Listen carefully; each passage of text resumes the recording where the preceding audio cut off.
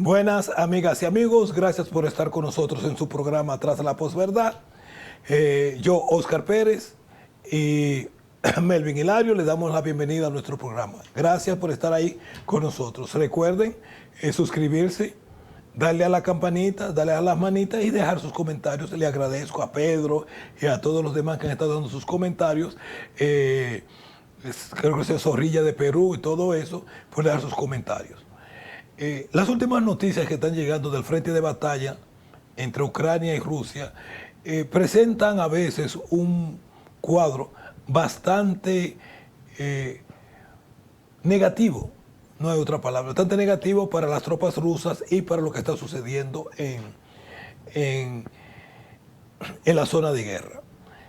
Antes de que hubiera el referéndum en las 4 regiones que pertenecían a Ucrania y que ahora pertenecen a Rusia, Putin prometió que no iban a haber ataques y que él garantizaba la protección de esas personas. Aparentemente Putin no está cumpliendo con su promesa porque las tropas rusas se han estado retirando de diferentes lugares en lo que es dentro de las zonas que ya pertenecen a Rusia.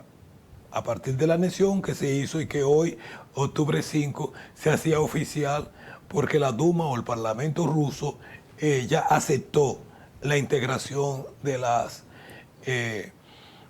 4 regiones a la Federación Rusa. ¿Qué está pasando? Le voy a decir lo siguiente. Nadie sabe. Los avances recientes, no solamente en la parte norte, alrededor de Kiev, que era de esperarse, no que era de esperarse, sino que no es tan sorprendente. Inclusive sorprendió a muchos que Ucrania tuviera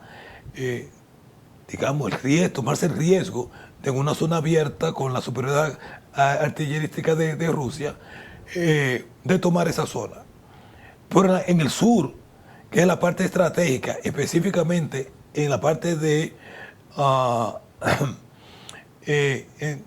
Zaporozhye y Kherson, es una zona estratégica muy importante, porque Kherson es la parte que protege y que provee de agua potable a Crimea, que es la boca o el cuello de botella del Mar Negro, el cual, si Rusia pierde a Crimea, donde se encuentra la estrategísima base naval de Sebastopol, si Rusia pierde a Crimea, pierde su capacidad de exportar o de presentar o de arrojar fuerzas hacia Europa y el Mediterráneo, porque desde Crimea sería imposible.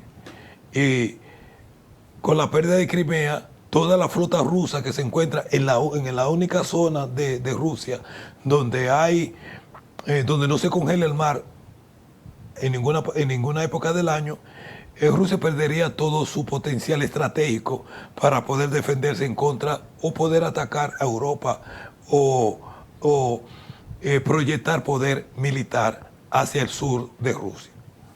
Por tal razón, los avances de Ucrania en esa zona han sorprendido bastante. Y la pregunta es, ¿qué está pasando? Lo cierto es que el ejército ruso no ha presentado una respuesta real. Sí ha reconocido la pérdida de diferentes lugares por parte de Ucrania, pero a mí me sorprendió algo que yo oí en CNN. Y fue lo siguiente: el general de 5 estrellas Patrios, que fue jefe de la CIA acá y jefe de las Fuerzas Armadas de los Estados Unidos, tanto en Irak como en Afganistán, después de haber hablado durante casi media hora sobre que este es el final de Rusia, que Rusia está perdió la guerra, que aquello siguiente, dijo lo siguiente: que después que Ucrania derrote a Rusia, va a ser una decisión de de Zelensky, el presidente ucraniano, de si quiere negociar, de cómo él va a negociar, o si él quiere adherir o no los terrenos que están de Crimea y Donbass en una negociación con Rusia. Y es interesante, porque tú no negocias con un país derrotado, tú impones tu posición. Si Rusia es derrotada, pues se supone que Ucrania no tiene que negociar, sino que simple y llanamente impondrá su posición. Entonces, eso da a entender una de las cosas. O que las victorias ucranianas son temporarias, y como decimos nosotros en República Dominicana, son respiro de muerto, o los avances del ejército ucraniano son reposiciones con mira a una negociación. Ambas posiciones para mí me parecen muy difíciles de creer, porque para Rusia comenzar a negociar en un instante en que su ejército está siendo aparentemente derrotado significa negociar desde una posición de debilidad y no una negociación de fuerza.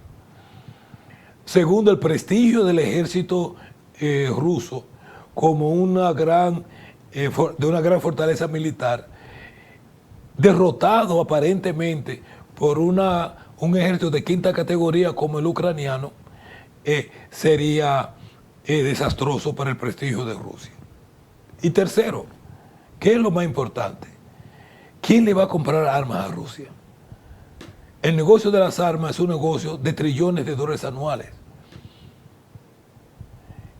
Si, como dijo el general Patriot, la derrota de Rusia fue causada básicamente por el apoyo de los Estados Unidos y la superioridad tanto de la estrategia militar norteamericana como de su armamento, pues todo el mundo simple y llanamente le comprará todo lo que tiene que ver militarmente con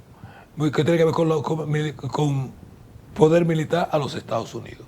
Y yo no creo que eso es algo que Rusia va a permitir.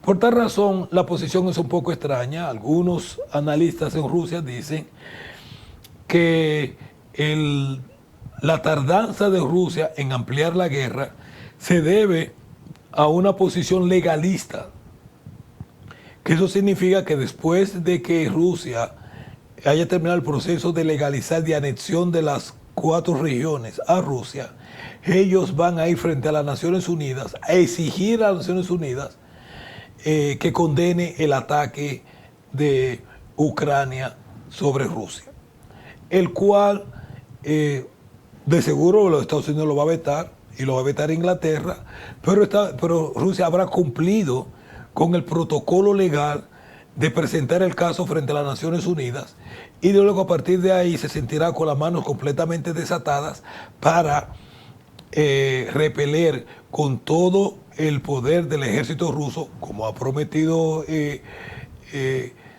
Putin en numerosos casos, comenzar la guerra. Como él ha dicho, nosotros todavía no hemos comenzado la guerra. Declararle la guerra a Ucrania entonces.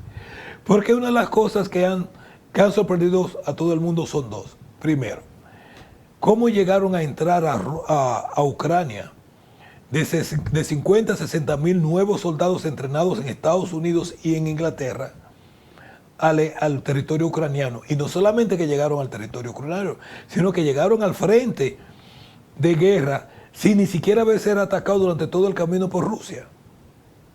Segundo, todo el mundo sabía desde el inicio de la guerra de que Rusia no tenía la cantidad de soldados en el frente para conquistar o ocupar, aunque sea temporariamente, a Ucrania, porque con 200.000 soldados no se podía. Otra de las razones de las aparentes derrotas de Rusia últimamente es que supuestamente muchos de los soldados que estaban en el frente son soldados que se les estaba pagando bajo un contrato por 6 meses. Los 6 meses se cumplieron y ellos no quieren retornar. ¿Cuáles eran las razones, la multiplicidad de razones? No sabemos. Lo cierto es que en estos instantes, en la prensa internacional, en Occidente, se habla de la posibilidad de que esto podría ser el inicio del fin de Putin. Ahora, yo quiero establecer claramente algo. Independientemente de lo que pase en el frente ucraniano, cuando uno ve cuáles fueron los postulados que Rusia puso al principio de comenzar la guerra y las razones esenciales de la guerra, Ucrania es simple y llanamente un teatro minoritario. La razón principal es hegemonía o no hegemonía de los Estados Unidos a nivel mundial. Y una cosa es cierta, ya no existe. El nuevo orden internacional parió. Los Estados Unidos y Occidente, Europa está destruida. Los países occidentales han perdido su control sobre el mundo y nosotros lo vemos en todas partes del mundo, desde África, Latinoamérica y Asia. En la reunión del grupo de Shanghái en Uzbekistán, había 4 potencias nucleares. Y aparte de los alrededor de 12 o 10 países que forman el Consejo de Shanghái, había 23 naciones más que se habían apuntado para ser miembros en el futuro. O sea, nuevos organismos internacionales han surgido y nuevas formas de comercializar ya han surgido. Aunque el dólar todavía mantiene su fortaleza aparente con respecto, por ejemplo, al euro, la realidad es que hoy el 40% de las transacciones internacionales se están haciendo en dólar y posiblemente en los próximos 5 o 6 años eso baje a 25%, lo que significaría un muy duro golpe para la hegemonía de los Estados Unidos. La creación de una nueva moneda viene en camino. O sea, ¿qué va a pasar? Ya nosotros podemos vislumbrar en el horizonte cómo luce este nuevo orden internacional. Gracias por su atención y será hasta la próxima. Recuerden, por favor, suscribirse a nuestro programa, darle a la campanita y dejar sus comentarios. Hasta la próxima.